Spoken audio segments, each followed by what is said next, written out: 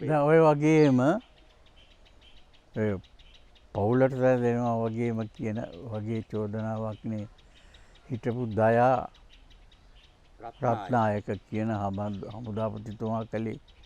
එතුමා එක්තරා අවස්ථාවක කිව්වනේ මේ හමුදා නායකින්ට කවදාවත් රටක් කරන්න බැරි කියලා. මට දුකයි එතුමා ගැන. දැන් ඔය පොතේ මම එකතු කරන්න යන්නේ කොටස.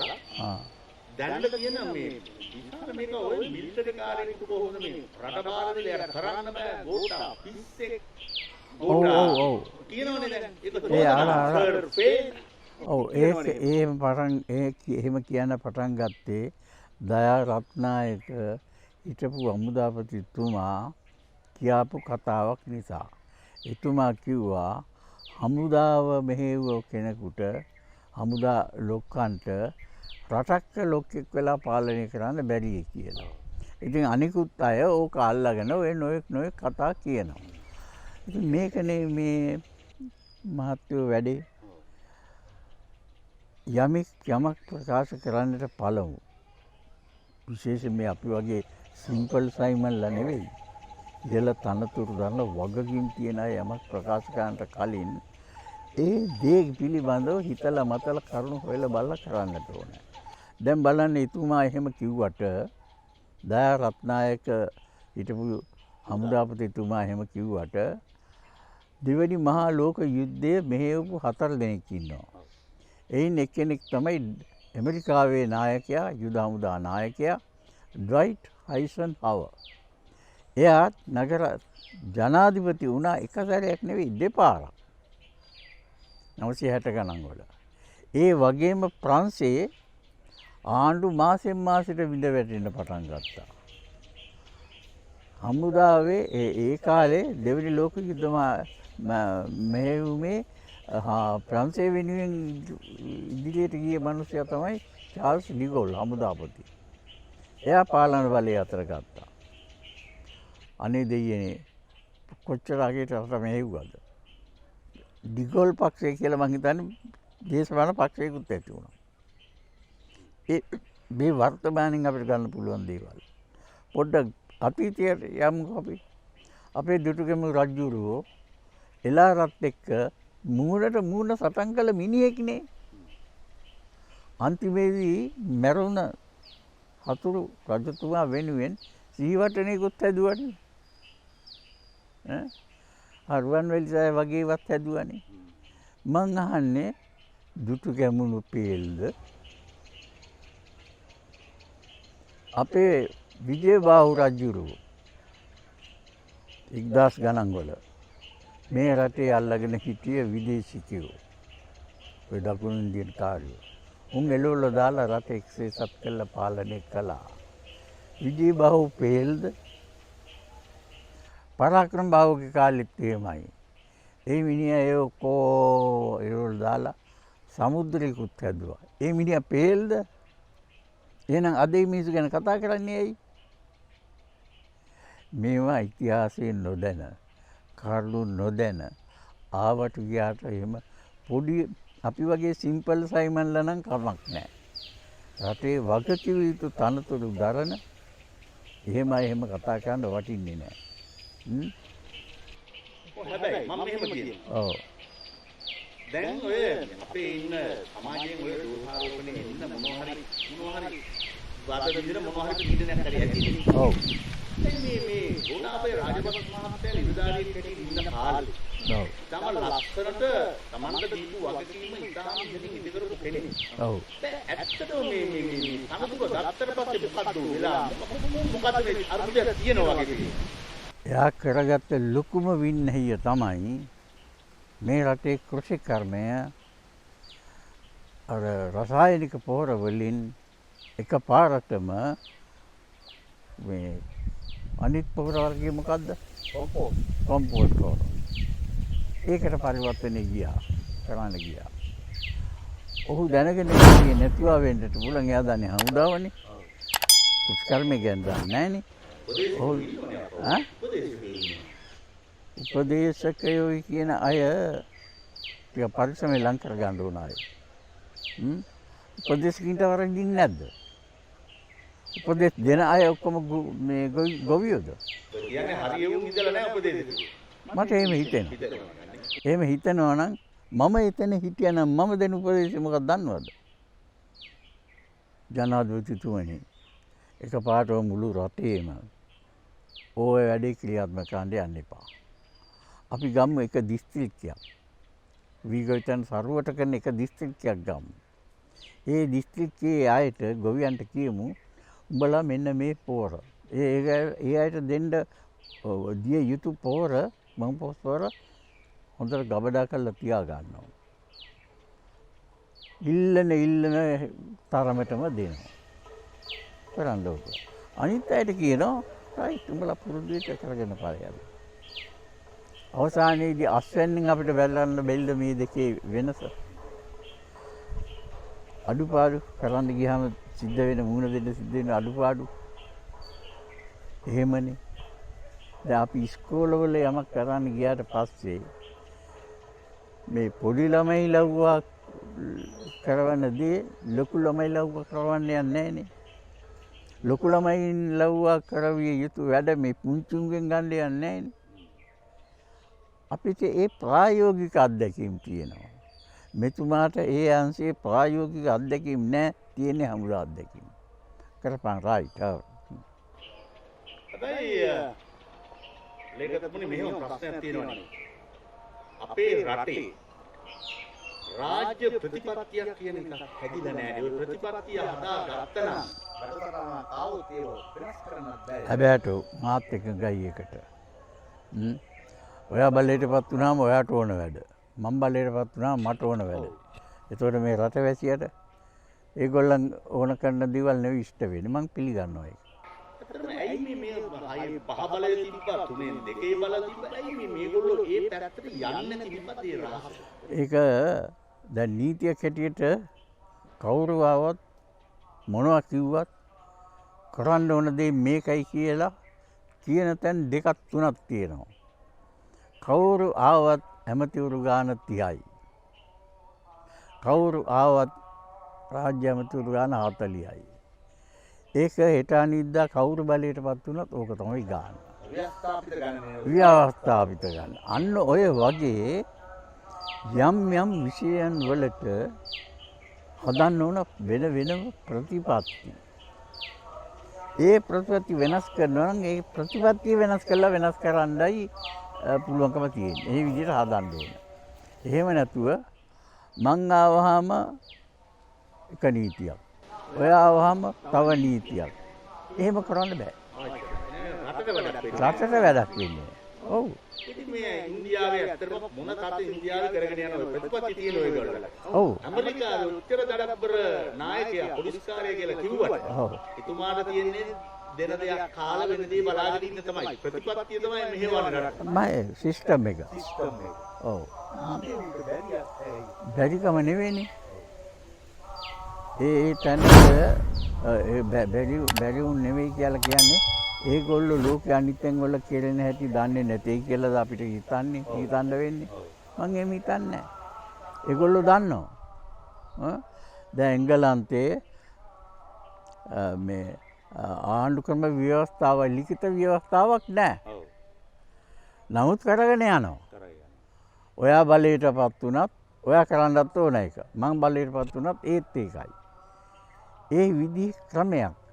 ඇයි අපේ රටේ හදාගන්න බැරි කියන එකට උත්තරේ මට මේකයි. එක එක්කෙනා රට ගැන නෙවෙයි හිතන්නේ. තමන්ගේ නම තියාගන්න, තමන්ගේ බලය තියාගන්න පුළුවන් විදි ක්‍රම ගැන. ඒක කරන්නේ මේ ඇවිල්ලා බලන්න ඊළඟ මැතිවරණේ ජයග්‍රහණය කරන්න පුළුවන් ඉලක්ක. ඒකම පොකට් එකට යමක් නැත්තම් ඒකක් දාගන්න.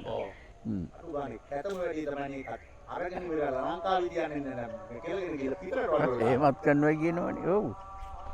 මොකද ඉතින් අපි කරන්නේ දැන් මේක. අලුත් ක්‍රමයක් හදාගන්න ක්‍රමයක් ඇත්තෙම නැහැ. නෑ අලුත් ක්‍රමයක් හදාගන්න. එහෙමයි. ක්‍රමයක් හදාගන්න නැtei කියලා කියන්න බෑනේ.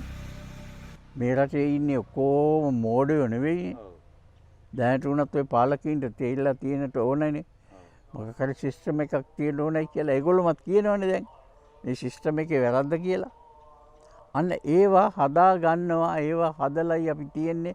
අන්න එහෙම කියලා මොකෙක් හරි එනවනම් අපිට පුළුවන් එහෙම එකක් ගැන සලකා බලන්න. දැන් අපි බලමුකෝ දැන් මම දැකලා නැහැ කිසිම දවසක පාරක බෝඩ් එකක් අල්ලගෙන අපිට ප්‍රතිපත්ති හදන්න පුළුවන් කියලා එකෙක් කතා කරන්නේ නෑ. ඔය රතු මහතුරු කතා කරන්නේ නැහැ. නෑ රතු මහත්තුරුත් ওই ගොඩේ හිටියේ උන්නේ සිරිමා මේම කවුද චන්ද්‍රිකා බණ්ඩාරනායක මැතිණියගේ ආණ්ඩුවෙත් ওই මිනිස්සු හිටියා. මහින්දගේ ආණ්ඩුවෙත් ওই මිනිස්සු හිටියා. UNP එකෙත් හිටියනේ ඇමතිකක් නැහැ. නමුත් ඡන්දෙ දෙනකොට දෙන්නේ ඒගොල්ලන්ගේ වටනේ. ඒගොල්ලන්ගේ යම් යම් තනතුරු වල හිටියා. ඒවා මේ ඇමතිකම් මැතිකම් නෙවෙයි. වෙන වෙන ඒවා හිටියනේ. ඉතින් මුන් ඔක්කොම එක බෝට්ටුවේ වුණේ. හැබැයි ඒ වුණාට ඔබ ඔහොම කිව්වට 2024 ජනාධිපතිවරණේදී ඔව්. අනුර දිසානායක මහත්තයා තමයි ජනාධිපතිවරයා කියලා යක්ෂාස්ත්‍රය කියනවා Facebook එකේ කියනවා අරගල අප්පටද කියනවා මොනවද මේ කියන්නේ. එහෙම තමයි. මෙහෙම කතාවක් තියෙනවා මම අහලා තියෙනවා රුසියාවේ. කොමඩු ඉක්ුණ ගන්න ඕන නම් කොමඩු වෙලෙන්දා කොමඩු ගැන කතා කරන්න ඕන. හරිද? ඒ වගේ ආණ්ඩුවක් ගන්න ඕනයි කියලා හිතන එකෙක් ඉන්නවා නම් ඒක ඒ ආණ්ඩුව තියෙන ආණ්ඩුව වටන හැටි එයාට ආණ්ඩුව ලබා දෙන්න දීපල්ලයි කියන එකට හේතු සාධක දක්වන්න ඕන. ඉතින් ඔය ඒවා කියවගෙන යනවා. ඔක අලුත් දෙයක්ද? DS එන්නක මහත්තයාගේ කාලෙත් ඕකයි. මාක්ස්වාදය අල්ලගෙන පතුරු ගැව්වා. බුද්ධ ආගම නැති කරන්න එනවයි කිව්වා. වේර විහාර කඩන්න එනවයි කිව්වා. ඡන්දෙ ගත්තා. ඔය වාමාංශික එකෙක්වත් පන්සල් කැඩුවේ නැහනේ. බුදු පිළිම කැඩුවේ නැහනේ. ආගම ගැන කතා කළේ නැහනේ. ඒගොල්ලන් දේශපාලනය ගැන කතා කළා ඔය පුළුවන් හිටිට ආවා. ඩල්ලි සේනායක මහත්තයා තාත්තා නැතුණාට පස්සේ අපිට කණ්ඩ දෙන්නම් බොණ්ඩ දෙන්නම් අඳින්න දෙන්නම් කොහොම කිව්වනේ. අනිත් ඇත් කියනවනේ. අපි આવුත් මේ විදිහටයි ගසාකට කන්න ඉඩ දෙන්නේ නැහැ අරක නැහැ මේක නැහැ. ඉතින් ඒගොල්ලොත් එහෙම කිව්වනේ. බණ්ඩාරනායක මහත්තයාත් ඔවා කිව්වනේ. පංච මහා බලවේගයකුත් හදාගෙන. හැබැයි එකක් තියෙනවා. එතන. එතුමා තමයි ආණ්ඩුව පළවෙනි වතාවට වරාය ජනසතු කළේ. බස්සතු ජනසතු කළේ. ත්‍රිකුණාමලේ ජනසතු කළේ. එහෙම ජනසතු ව්‍යාපාර කීපයක් කළා. හමුදා ගුවන් හමුදා ඒවා මේවා තිබිච්ච ඒවා එංගලන්තයට ඒගොල්ලන්ගේ හමුදා තිබුණානේ. ඒගොල්ලන්ට යන්න කිව්වේ. රාජකීය උද හමුදා. ඕ ඒගොල්ලන්ට යන්න කිව්වේ. ඒ විදිහට කළා. අවුරුදු 3යි අගමැතිවරයෙක් ওই ටික කළා. ඒ අගමැතිවරයා ගැන අදත් මිනිස්සු කතා කරනවා. ඒක අලුත් පෙරලියක් වුණා එදා. ඊට පස්සේ මැතිණිය ආවා. ඉස්කෝලේ ජනසතු කළා. තෙල් ජනසතු කළා. වතු ජනසතු කළා. ඕවා මේ ඔක්කොම කළා. ඔය ඇත්තටම අපි අගය කරන්න ඕන තිබ්බා ශ්‍රී ලංකාවේ. ශ්‍රී ලංකා ටයර් සංස්ථාව වානේ සංස්ථාව අපේ ආයතන හැදුවා කර්මාන්තශාලා. ඇයි ඩෙල්ෆ් දුකට අපිට ගත්තා? ඒකත් ගත්තනේ. ඉතින් ඒව කරගෙන ආවා. ඊගාවට මැතිණිය ආණ්ඩුව 70 දී පත් කරගත්ත වාමාංශිකව අර මුදල් රුපියල් 100 නෝට්ටු අවලංගු කළා. ගොඩ ගහගත්ත උන් හිටියනේ අල්මාරි වල දාගෙන තුන් ඔය අතරේ හොරසලි මේ මොනවද ඒවට කළු සල්ලි. එහෙම තියාගත්ති උනුත් හිටියද මන් දන්නේ නැහැ. ඒව ඇදලා ගත්තා. අර මිනිස්සයා වතු ටික ජනසතු කරන්න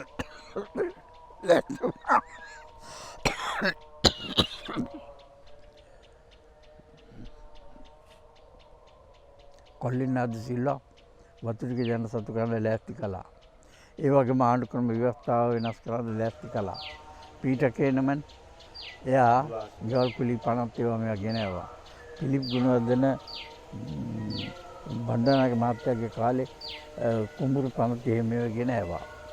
මේවා දිහා බලාගෙන හිටියා ඇමරිකාව වගේ රටවල්.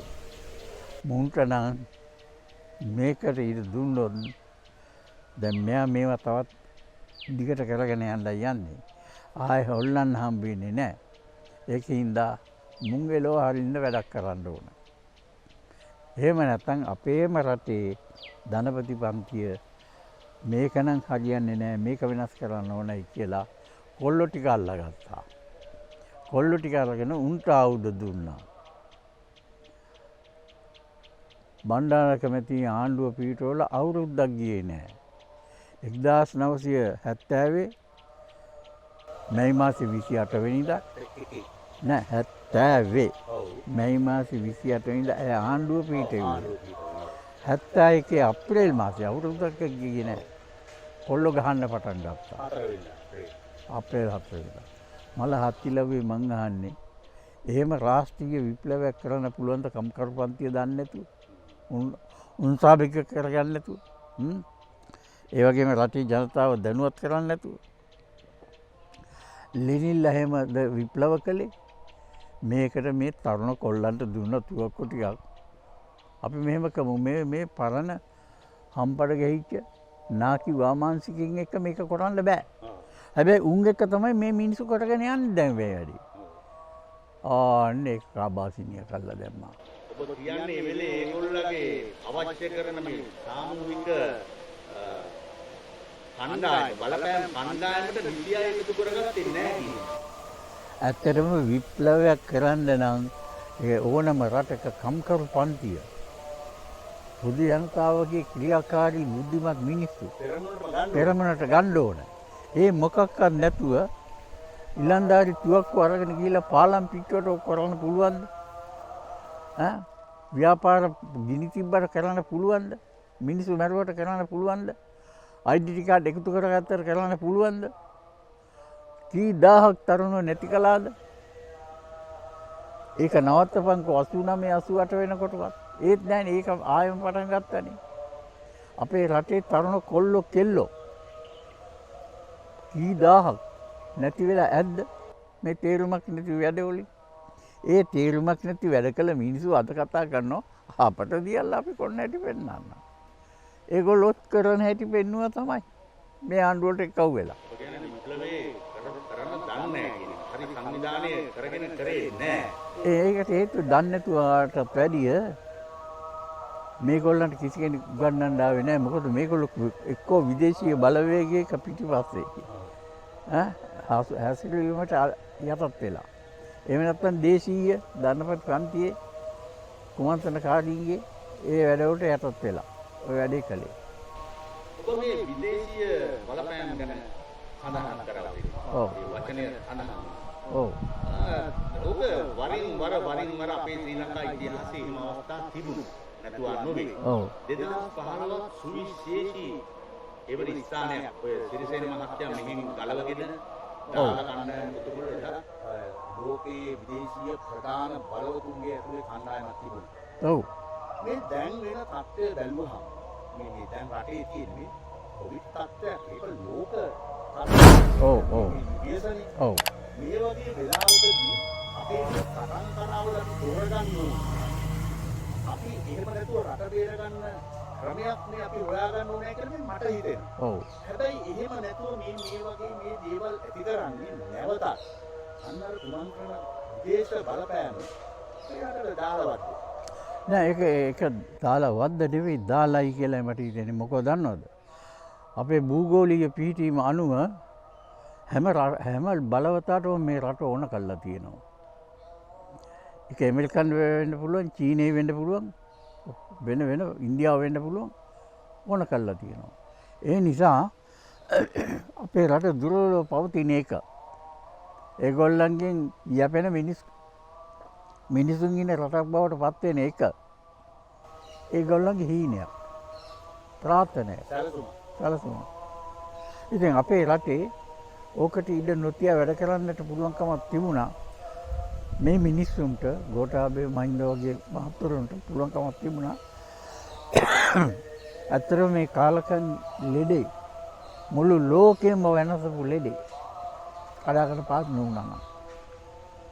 කුෂිකර්මය නිසා වැරදිච්ච වැරදිල්ල බොහොම ලේසියෙන් හරිගස්ස ගන්න තිබුණා අපේ මුදල් බල තත්ත්වය හොඳින් තිබුණා නම් ඒ මුදල් කොච්චර වියදම් කරන්න වුණාද ඔය ලෙඩේ නිසා. ඒකේ යම් ප්‍රතිඵලයක් තියෙනවා අනිත් රටවල් වල මේක බෝ වීගෙන යන හැටි බැලුවාම. කොහොම වුණත් අපිට ඒ නිසා අපේ විදේශීය ගමනාගම ඒව නවත්තන්න සිද්ධ වුණා. සංචාරකයෝ නවත්තන්න සිද්ධ වුණා. රට වහන්න සිද්ධ වුණා. මේ හැම එකකින්ම රට බංකොලොත් වෙච්ච තත්ත්වයකට වැටුණානේ. ලෝකේ අනිත් රටවලුත් ඕක තියෙනවා.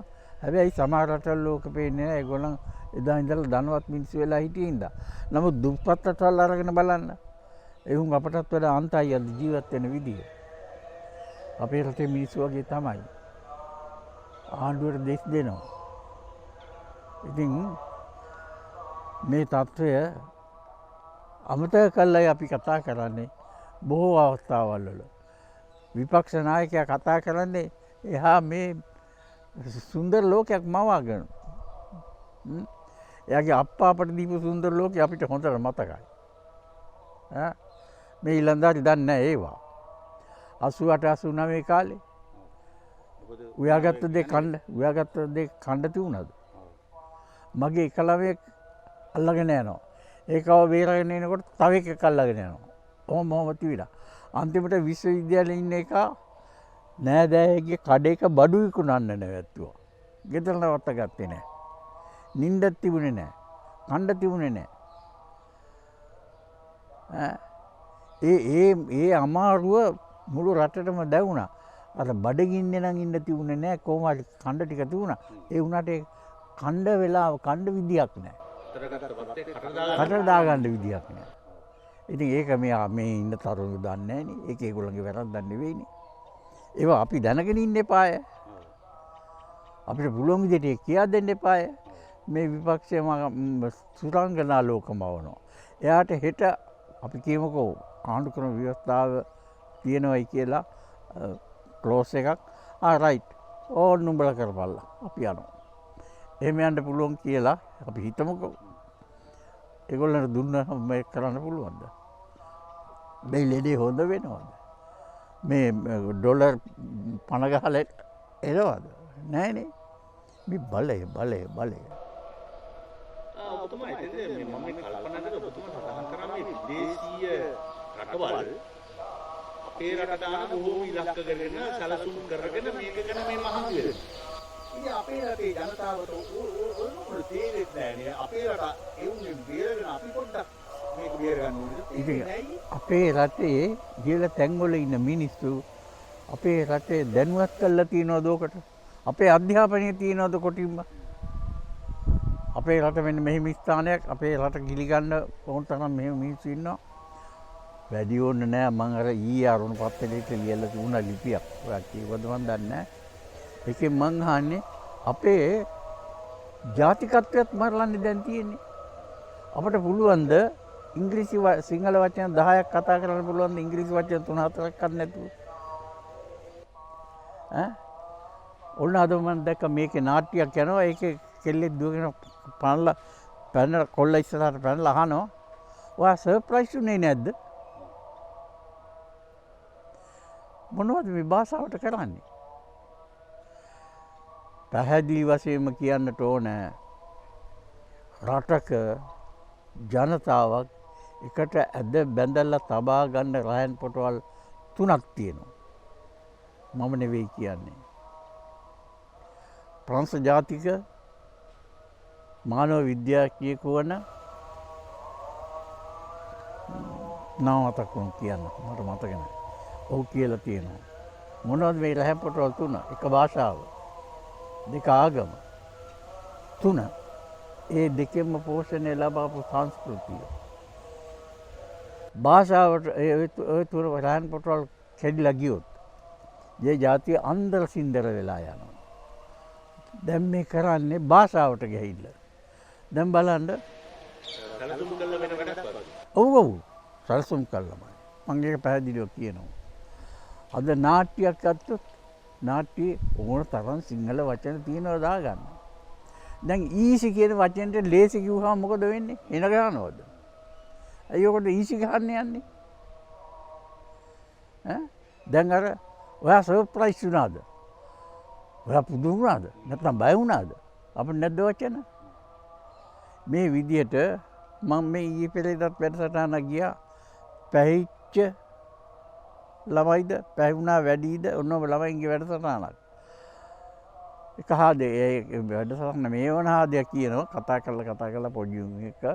දැන් අපි බ්‍රේක් එකක් දාමු. මට ඇත්තටම ටීවී එක මගේ නෙවෙයි නම් ගහනවා පොළොවේ. ඔබතුමාට ඔය කැක්කුම තියෙනවා දැන්. අලුත් අය ලෝක නැති වෙන්නේ හේතුව. නැත්තේ අධ්‍යාපනයේ වැරද්දනේ. මොකද්ද ඔය අධ්‍යාපනයේ? අධ්‍යාපනයේ වැරද්දක් කියන්නේ මේකනේ එම්.ජේ රේඩියෝ සිලෝන් තිබිච්ච කාලේ එම්.ජේ පෙරේරා මහත්තයා එකේ ප්‍රධානිය වෙලා හිටිය කාලේ එකේ කිසි කෙනෙකුට සින්දුවක් කියන්න දුන්නේ නැහැ. එයා බලන්න ඕනේ. මේක මේ රටට මේ භාෂාවට ඒක මේ ගැලපෙනවද නැද්ද කියලා. අද මේක එක විදිහටනේ කියන්නේ. ඈ ඔයා සර්ප්‍රයිස් වුණාද කියන ඒව තමයි ලියලා තියෙන්නේ පත්තරේ. අපිට ඉතිහාසයේ විෂය අයින් කිරීම ඔබට බලපෑවා. බලපෑව සම්පූර්ණයෙන්ම. ඇමරිකන් සිටිසන්ෂිප් එක දෙන්න ඇමරිකන් ඉතිහාසය ඉගෙන ගන්න ඕනේ. දැනුත් එහෙමයි. එංගලන්ත පවා එහෙමයි ලියන්න ඔව් අනිවාර්යයි. ඔව් ඔව්. ඉතින් අපේ රටේ ඒව නැහැනේ. තිබිච්ච එකක් නැහැ. එහෙම කරනවා අපේ හිමින් උගුලනවා. උගුලනවා. ඔය කියන විදිහට වැඩ කරන මාත්‍යෝ මේ අපේ සිංහල භාෂාව ජාතිය ආගම රටයි ඔක්කොම නැති වෙලා අපිට මොන මගුලක්වත් ඉතුරු වෙන්නේ නැහැ. නෑ මේක තමයි එක්සත් ජාතික සංවිධානයේ දැමම කියලා තියෙන්නේ සිංහලයා වඳ වේගෙන යන ජාතියක් කියලා. ඒක අපේ උන්ට ඒක දන්නේ නැහැ. ඔය කාලෙක දැන් අවුරුදු 73යි. ඔව්. ඒ උන්නේ ඔය වැඩේ කරන්නේ. ඔව් ඔව්. ඉතින් ඒක තමයි ඕක අපටත් කවුද ඔය ඉන්දියාවත් නිදහස ගත්තට පස්සේ ඔය පාරට වැටුණා. හැබැයි මහත්මා ගාන්ධි ගත්ත කසේ අතට අරගෙන කිව්වා බලා ඔය සෙල්ලමට එන්න එපා. ජාතියේ දරුවන්ට ජාතියේ උරුමකම් අහිමි කරන්නට එපා. ඒගොල්ලන්ට ඒගොල්ලන්ගේ භාෂාව, ඒගොල්ලන්ගේ ජාතිය, ඒගොල්ලන්ගේ ආගම ඒවා දැනුම දෙන්න ඕනේ. මේ හින්දි භාෂාව ඔහොම කරන්න යන්න එපා. එහෙම කිව්වා. අපෙත් හිටිය හැම එක්කෙනෙක්. අනගාරික ධර්මපාලතුමා. අනගාරික ධර්මපාලතුමා තමයි කිව්වේ. උඹේ නම මොකද්ද? හෙන්ද්‍රිස් ද සිල්වා. නෑ. ඊට පස්සේ උඹ පියදාස සිරිසේන.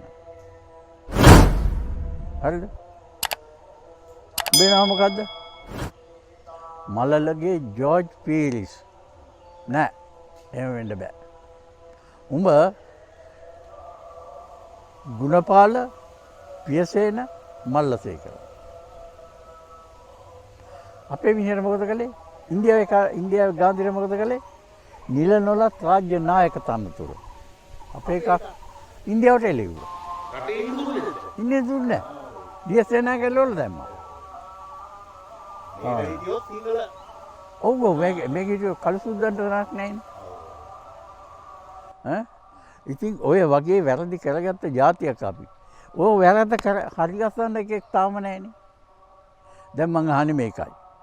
පොඩ්ඩක් හිතලා බලන්න මේක. තරුණ හැටියට පුතා ඔයගොල්ලෝ හිතන්න ඕන දෙයක් මම මේ කියන්නේ. අපේ රටේ රාජ්‍ය භාෂා දෙකක් තියෙනවා. සිංහල, දෙමළ. ලින්ක් ලැන්ග්වේජ් කියලා තියෙනවා ඉංග්‍රීසි භාෂාව. හරිද?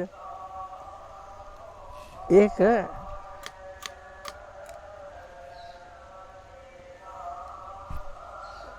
මං අහන්නේ මේකයි. මම සුද්දගේ කාලේ කොළඹ පැත්තේ ඉගෙන ගත්ත එකෙක් කිව්වනේ. කොළඹ හැමතැනම ඇවිදලා තියෙනවා. ඒ කාලේ සුද්දන්ගේ ආණ්ඩුව යටතේ සියලුම දෙපාර්තමේන්තු කාර්යාලයම ඔක්කොම ලියලා තියෙන ඉංග්‍රීසියෙන්. සිංහලත් දෙමළත් මොකක්වත් නැහැ.